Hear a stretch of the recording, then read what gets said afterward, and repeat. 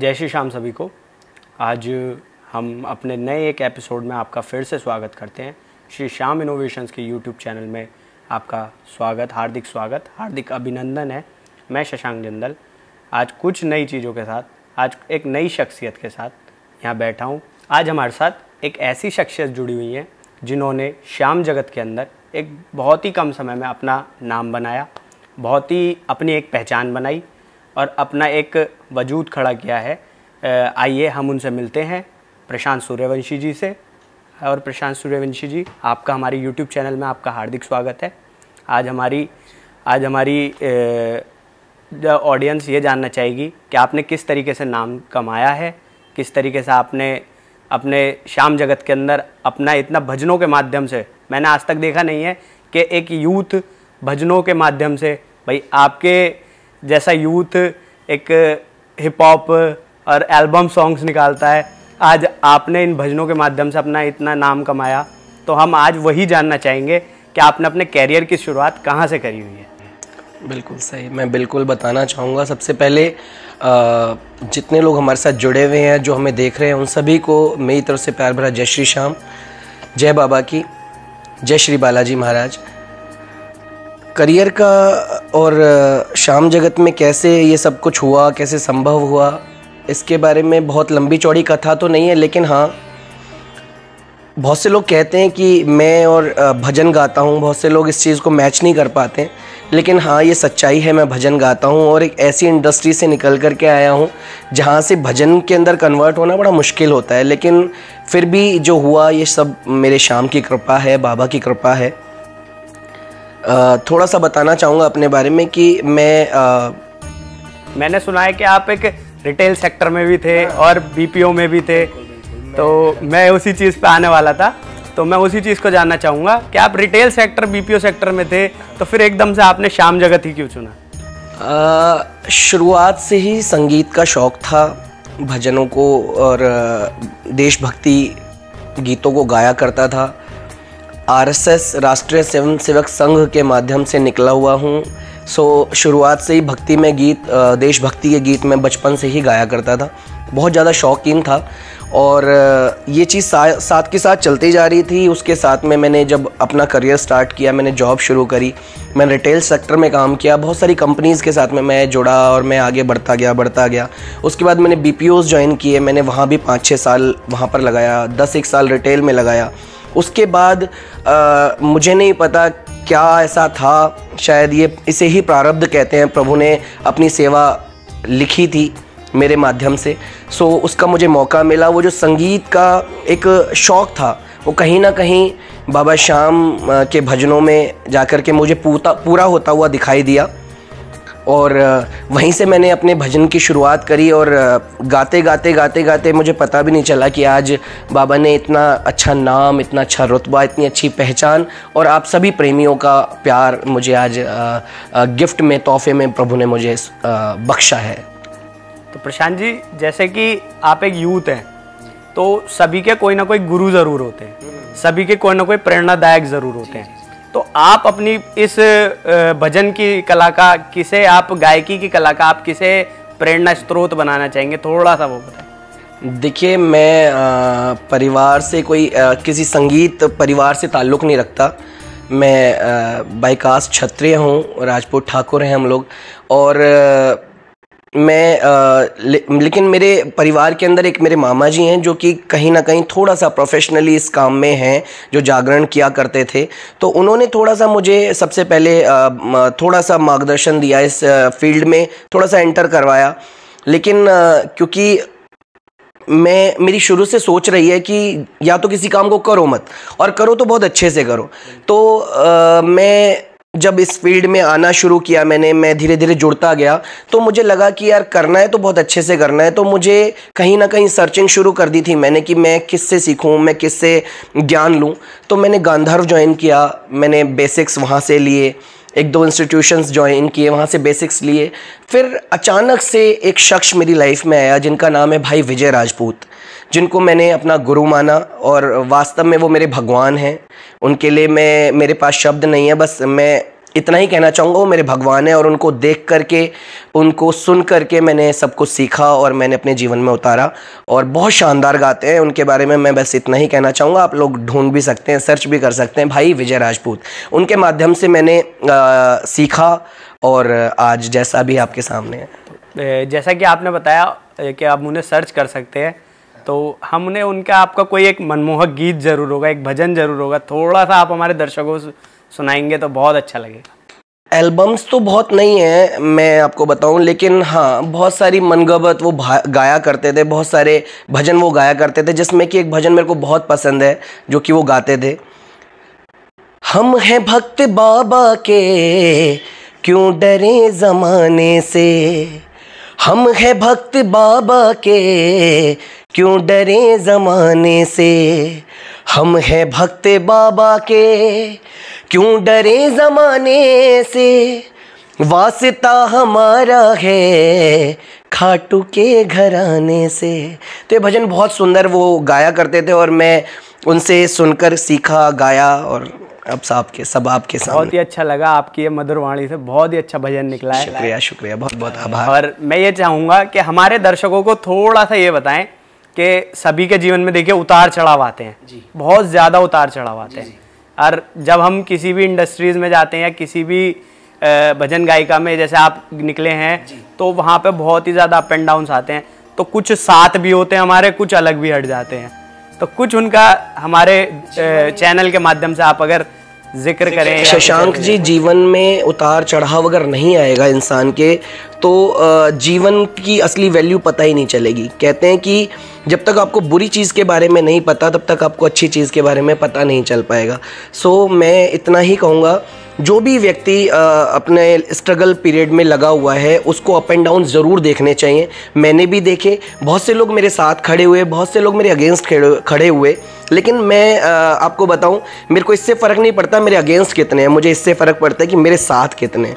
सो मेरा पूरा गाज़ियाबाद, मेरा परिवार, मेरा शाम परिवार और जितने भी देश भर में मैं जहाँ जहाँ भी जाता हूँ, सबका भरपूर प्यार आशीर्वाद मिलता है और सभी मेरे को बढ़ चढ़ करके प्यार देते हैं। और उन्हीं की बदौलत, बाबा श्याम की कृपा से आज आप सबके बीच में हूँ। बहुत कम समय में प्रभु ने जो नाम, जो शोहरत, जो इज़्ज़त दी है, मैं उसका मेरे शाम का दिलों से, तहे दिल से, दिल की गहराइयों से आभार व्यक्त करता हूँ। बाबा ऐसे ही सब पर कृपा बनाए रखे, मैं तो यही कहूँगा।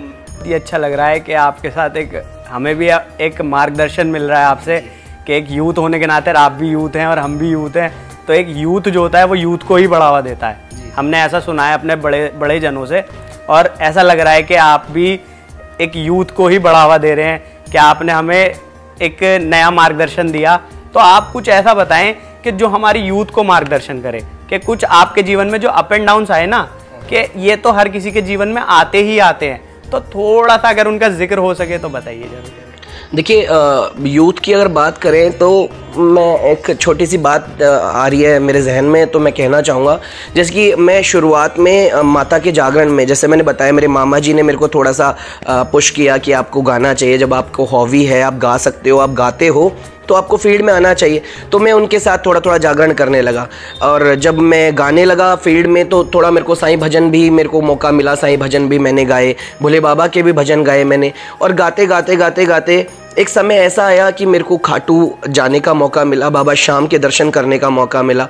तो श्याम जगत में आने के बाद मैंने जो देखा, यूथ के लिए अगर मैं कहूँ तो श्याम जगत के अंदर इतना यूथ जुड़ा हुआ है, और डे बाय डे आप देखेंगे छोटे छोटे बच्चे, जो कि मैंने कभी मैं माता रानी या बाबा श्याम, भोलेनाथ को लेकर के मैं किसी की आलोचना और वो नहीं कर रहा, मैं एक छोटा सा अपना एक्सपीरियंस शेयर कर रहा हूँ। लेकिन बाबा श्याम से जो जुड़ाव मेरे को मिला, या एक यूथ को जो जुड़ाव मिलता है, जो मैंने देखा, छोटे छोटे बच्चे आज बाबा के इतने प्रेमी आप देखोगे कीर्तनों में। जैसा कि अभी कल परसों हमारा कीर्तन था, शायद आप लोग के माध्यम से वो लाइव भी किया गया है ना, आपने देखोगे छोटा सा बच्चा वहाँ पर, कहाँ इतना छोटा बच्चा और बाबा से मतलब इतना प्रेम दिखा रहा है। तो आपने देखा हो, जागरण में आप जाएं, आप भोले बाबा के कीर्तन में जाएं और कीर्तनों में जाएं, संध्याओं में जाएं, लेकिन आपको ये चीज़ देखने को नहीं मिलती जो युवा हमारे श्याम जगत में जुड़ा हुआ है। जो मेरे को लगता है श्याम जगत के साथ युवा का इतना अटैचमेंट है, और मैं इसके लिए तो बस यही कहना चाहूँगा कि यूथ्स बहुत जुड़ा हुआ है बाबा के साथ, और ऐसे ही जुड़ा रहे, और इससे हमारे देश, हमारे धर्म, हमारे संस्कृति को बढ़ावा मिलता है और धर्म और आगे बढ़ता है। क्योंकि आज देखें कि युवा कहीं डिस्क में है, कहीं कहीं है, कहीं कहीं है, उल्टे सीधे काम करते आपको दिख जाएंगे युवा, लेकिन कहीं ना कहीं बाबा श्याम के होने से, बाबा के कीर्तन होने से आज सारा युवा हमारे कीर्तनों में बैठा है। तो ये हमारे देश और हमारे धर्म, हमारे संस्कृति के लिए बहुत अच्छी चीज़ है, और बाबा ऐसे ही युवाओं को जोड़े रखे। मैं तो यही चाहूँगा, सभी युवाओं से मेरा आग्रह है, बढ़ चढ़ करके कीर्तनों में भाग लें, अपने बच्चों को बढ़ चढ़ के कीर्तनों में लेकर के आएँ, परिवार को कीर्तन में लेके आएँ, ताकि हमारे संस्कार इसी प्रकार बाबा के शरण में लगे रहें, जुड़े रहें, हमारे संस्कार अच्छे होते रहें। मैं कहना चाहूँगा, जैसा कि आपने अभी कहा, मेरे को एक छोटा सा वो याद आ रहा है जी। जैसा कि आपने अभी कहा कि आप भजन संध्या करते थे, साईं संध्या करते थे, माता की चौकी करते थे। एक आपका सुप्रसिद्ध भजन हुआ है जिससे आप बहुत ही ज्यादा उठे हैं, नीले घोड़े वाले। मेरे बहुत ही दिल के करीब है वो। तो थोड़ा सा अगर दर्शकों के साथ साझा करें उस भजन को। मैं बिल्कुल उसे सुनाऊंगा। लेकिन मैं उससे पहले मैं बताऊंगा, बाबा मतलब ईमानदारी से मुझे कुछ लिखना नहीं आता, लेकिन ये कैसे उसने लिखवाया, मैं हमेशा अपने कीर्तनों में बोलता हूँ, ये कैसे उसने लिखवाया, कैसे उसने गवाया, कैसे उसने मार्केट में रिप्रेजेंट करवाया, प्रेमियों तक पहुँचाया, और आज जिस व्यक्ति को 4 आदमी नहीं जानते थे, कई लाखों लोगों ने उसे प्यार आशीर्वाद दिया। वो भजन है नीले घोड़े वाला। मैंने इसे ऑटो में चलते चलते इस भजन की कंपोजिशन को सुना था, और उसके बाद बाबा ने कैसे कैसे उसको भाव में, उन मोतियों में पिरोना शुरू किया, और होते होते भजन पूरा हुआ और हमने गाया। वो भजन आपके बीच रख रहा हूँ, और आज पूरे देश भर में उस भजन को पसंद किया जाता है। और एक बात और कहता हूँ इसके साथ साथ, जब भजन से मेरा बेड़ा पार हो सकता है, तो भजन से अगर मेरा बेड़ा पार हो सकता है, तो ये समाज के हर व्यक्ति का बेड़ा पार हो सकता है। हर किसी को भजन करना चाहिए। मैं इस भजन को आपके बीच रखता हूँ, सुनिएगा प्लीज। ओ नीले घोड़े वाले, तेरे खेल हैं निराले, तेरे खेल हैं निराले, खाटू वाले तेरा तो जवाब नहीं, हरे का सहारा मेरा श्याम धनी, खाटू वाले तेरा तो जवाब नहीं, हरे का सहारा मेरा श्याम धनी, ओ नीले घोड़े वाले। आप YouTube पे से ढूंढ सकते हैं, पूरा भजन है, आप लोग पूरा सुनिएगा, आनंद लीजिएगा। बहुत ही अच्छा लगा ये आपके मधुर वाणी से सुन के, मेरा दिल भी अब बहुत प्रसन्नित हो जाता है इस भजन को सुन के। बाकी मैं आप एक चीज़ और पूछना चाहूँगा आपसे। आजकल आप देख रहे हैं कि लोग गानों से ज़्यादा, जो मैंने सुना है, हम जैसे हम यूथ हैं, वो आजकल भजनों पे बहुत अच्छा नृत्य है और ये सारी चीज़ें बहुत अच्छे वो करते हैं। तो इसी चीज़ को देखते हुए आपके बाबा के प्रति क्या भाव रहे थे इस भजन को लिखने के लिए? भैया मैं इसमें तो मैं आपको बताऊं, भाव तो क्या, बस मैंने जैसे बताया कि मैंने जागरणों में भी काम किया, मैंने वहाँ भी भजन गाए, मैंने साईं भजन भी किए, लेकिन पता नहीं ऐसा नहीं है मैं माँ भगवती को नहीं मानता। मैं माँ भगवती की डेली आराधना पूजा करता हूँ, शंकर भगवान की डेली पूजा आराधना करता हूँ, लेकिन बाबा श्याम से मिलने के बाद जो मन के अंदर जो एक जो प्रेम, प्रभु की कृपा, मतलब प्रभु का के प्रति जो प्रेम मेरा मन के अंदर जगा, वो अटूट है, उसको मैं शब्दों में बयान नहीं कर सकता। जो वास्तव में भक्ति जिसे कहते हैं, वो बाबा श्याम के साथ जुड़ने के बाद ही मुझे पता चली। और आपने सुना होगा, व्यक्ति का मन जहाँ लगता है, दिल जहाँ लगता है, जहाँ उसे सुकून मिलता है, आदमी वहीं भगता है, उसी तरफ काम करना शुरू कर देता है। सो मेरे को वहाँ से जो अट्रैक्शन, जो प्यार, जो भाव मेरे वहाँ प्रकट हुए, जो मतलब बाबा श्याम से मिलने के बाद, तो उसके बाद से मैं अपने आप को संभाल नहीं पाया, और उसी दिन से मैं भजनों में, बाबा के प्रति कुछ लिखने में, मैं इस कार्य में लग गया। और आज प्रभु ने उस सब का, कोई इसका प्रेरणादायी भी रहा है आपका इस भजन का, कि एक गुरु होते हैं या कुछ ऐसा कि आपको किसी ने उसके लिए बढ़ावा दिया हो या कुछ नहीं, बस मैं सबको देखता था, बड़े बड़े भजन गायक हैं जैसे कि आप सभी जानते हैं सबको, आप कन्हैया मित्तल जी हैं, हमारे संजय मित्तल जी हैं, या फिर हमारे संजू शर्मा भैया हैं, और भी बहुत सारे नाम हैं, श्याम जगत के अंदर मेरे गुरुदेव हमारे विजय भाई हैं, विजय राजपूत जी। सो मैं सबको देखता था कि सब ने अपने अपने एल्बम्स बने हुए हैं, सबके अपने अपने भजन बने हुए हैं, और आज के युवा आपने देखा होगा कवर सॉन्ग्स और तमाम चीज़ें बनाते हैं। तो मैंने कहा कि क्यों ना मैं जब श्याम जगत में हूँ तो श्याम बाबा का भी एक भजन होना चाहिए। और मैंने तो सोचा था और प्रभु ने लीला दिखा दी और भजन लिख करके मेरे सामने हाथ में रख दिया, और वो लिखा भी और गाया भी और आप लोग के बीच आया भी, और आज प्यार सम्मान मिलता है। तो प्रशांत जी, इसी चीज़ को देखते हुए हमने देखा है बाबा कलयुग के राजा माने गए हैं, कलयुग के अवतारी माने गए हैं। तो आप इस चीज़ में थोड़ा सा युवाओं को मार्गदर्शन दीजिए कि वो किस तरीके से अपनी बाबा की भक्ति में जुड़ें वो भी, और वो किस तरीके से उन्हें प्यार करें, दुलार करें, ताकि बाबा भी उनसे जुड़ें।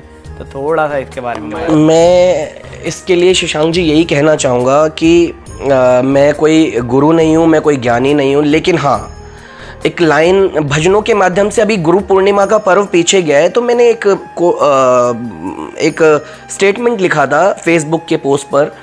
क्या लिखा था मैंने कि अगर हम अपने जीवन में भजनों को उतार लें या केवल भजनों को फॉलो करना शुरू कर दें तो हमें सच मायने में गुरु बनाने की भी आवश्यकता नहीं है। भजनों में वो चीज़ छुपी हुई है, वो सार छुपा हुआ है कि अगर हम भजनों को ही फॉलो कर लें अपने जीवन में तो कुछ भी हमें उसके बाद गुरु बनाने की भी आवश्यकता नहीं है। तो भजनों में वो सारा सार लिखा हुआ है। तो मैं यही कहना चाहूँगा, बाबा की भक्ति करनी है, जैसा मन करे वैसी भक्ति करो। बाबा का कोई नियम नहीं है। बाबा ने खुद भजनों में लिखा हुआ है, बाबा के भजनों में, कि भोला भाला भगता से, वो आप जो बाबा का भोग भजन सुनते हैं, थाली भर के लाई रे खींचड़ो। उसमें भोला भाला भगता मतलब भोले भाले भगत से ही बाबा रीझता है। उसका कोई नियम कायदा नहीं।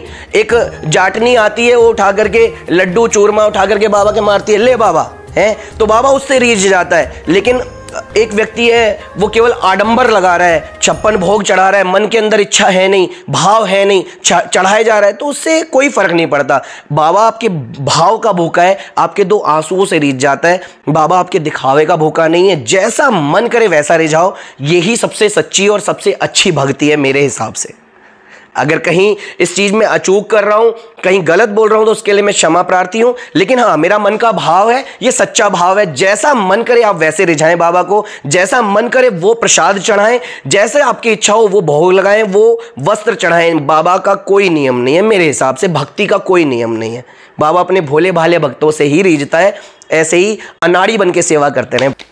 जैसा कि हम देखते हैं, मैं बहुत से कीर्तन भी अटेंड करे हैं, मैंने माता की चौकी भी अटेंड करी हैं और साई संध्या भी अटेंड करी हैं। मतलब मैं देखता हूँ कि कीर्तनों में सबसे ज़्यादा यूथ आता है, कीर्तनों में सबसे ज़्यादा छोटे छोटे बच्चे भी आ रहे हैं। तो ये क्या कारण है, आप थोड़ा सा इसे बताएं। ये कारण मैं खुद भी नहीं समझ पाता, लेकिन हाँ, मैंने बताया ना, भजनों को सुनता हूँ, कथाओं को सुनता हूँ, बाबा के अनन्य प्रेमियों के माध्यम से मैंने जो ज्ञान लिया है तो उससे समझ में आता है। जैसा कि कथा में बताया गया है कि मोर मुकुट वंशी वाले ने, हमारे कन्हैया ने हमारे बाबा श्याम को वरदान दिया कि कलयुग में मेरे नाम से आप जाने जाओगे, घर घर आपकी पूजा होगी। जैसे जैसे कलयुग बढ़ेगा, आपका प्रचार प्रसार, आपकी पूजा घर घर होने लगेगी। तो ये वरदान है मेरे बाबा श्याम को, बरबरीक जी को वरदान है, जिसके कारण वो पूजे जा रहे हैं। और आज युवा जो मान रहा है वो इसीलिए मान रहा है क्योंकि आपने देखा होगा मथुरा वृंदावन में भी पूरा युवा आपको मिलता है, और वही वरदान चला आ रहा है। और आज युवा इसीलिए कहीं ना कहीं मुझे लगता है बाबा को पूजता है। और मैं खुद को बताऊंगा, मैं कहते हैं प्रत्यक्ष को प्रमाण की आवश्यकता नहीं, जब मैं एक अलग फील्ड का व्यक्ति और कहीं ना कहीं बाबा के भजन सुनने के बाद, बाबा से मिलने के बाद इतना लगाव हो गया, इतना प्यार हो गया, इतना प्रेम हो गया मेरे बाबा से, तो मैं भी एक युवा हूँ। जब मैं अट्रैक्ट हो सकता हूँ तो समझता हूँ हर युवा अट्रैक्ट हो सकता है। और यही कारण है, आपको देखने को मिलता होगा, छोटा बच्चा भी, बड़ा बच्चा भी, मेल फीमेल, हर माता बहनें, हर कोई कीर्तन में बढ़ चढ़ करके भाग लेते हैं। तो मेरा तो यही इसमें है। एक चीज़ और मैं ये देखता हूँ, अब ये पूछना चाहूँगा आपसे कि आपकी एक वो लाइफ थी जिसमें आप रिटेल्स में थे, आप बीपीओ में थे, आप इतनी सारी चीज़ों को मैनेज कर रहे थे, और एक ये लाइफ है आप भजनों को मैनेज कर रहे हैं। तो क्या दोनों की लाइफ में क्या अंतर ऐसा लग रहा है अब आपको, और क्या आप ऐसा अब आपको लगता है कि हाँ ये मेरी लाइफ है और मैं इससे बहुत अच्छा सेटिस्फाई हूँ? तो थोड़ा सा बताएं। मैं आपको बताऊं, एक वो लाइफ थी स्ट्रगल वहाँ भी किया, मात्र 3,000 रुपये से शुरुआत की थी और करते करते बहुत अच्छा मुकाम हासिल किया था, बहुत अच्छा सब फाइनेंशियली भी बहुत अच्छा था सब कुछ। लेकिन अगर मैं कंपैरिजन करूं अपनी भजन लाइन या अपनी भजन इंडस्ट्री के बारे में, तो जो यहाँ है वो वहाँ कभी नहीं हो सकता था। मैं वहाँ पैसा बेशक कमा सकता था, लेकिन जो मान सम्मान इज़्ज़त शोहरत मेरे को भजन इंडस्ट्री में बाबा श्याम की कृपा से मिली है और आप सभी प्रेमियों के माध्यम से मिली है, वो जीवन में कमाई नहीं जा सकती थी। और मैं केवल इतना ही कहूँगा, ये मेरे श्याम की कृपा ही थी कि वो वहाँ से मुझे समेट करके इधर ले आया और आज पूरे देश भर में मैं काम कर रहा हूँ, पूरे देश भर के लोग मुझे प्यार आशीर्वाद देते हैं। शायद ये उस रिटेल में, शायद ये उस बीपीओ में संभव नहीं था। तो मैं बहुत खुश हूँ, बाबा श्याम इसी प्रकार कृपा बनाए रखें। मैं तो यही चाहूँगा, अपनी सेवा में, अपनी पूजा में, अपनी आराधना में, अपनी भक्ति में, अपने भजनों में यूं ही लगाए रखें मुझे। प्रशांत जी, आपका बहुत बहुत शुक्रगुजार रहेंगे, बहुत बहुत धन्यवाद करते हैं हम आपका। आप हमारी यूट्यूब चैनल पे आए, आपने इतनी सारी बहुत अच्छी प्यारी बातें करी, हमारे युवाओं को मार्गदर्शन दिया, तो इस चीज़ के लिए बहुत बहुत धन्यवाद करता हूँ कि आप बहुत बहुत धन्यवाद। आप चैनल के माध्यम से ये सब चीज़ें उन्हें सीखने को मिली और ये सारी चीज़ें उन्हें मिली हैं। तो आप पे श्याम बाबा कृपा बनाए रखे। तो सभी को जय श्री श्याम, जय बालाजी महाराज, जय जय श्री श्याम।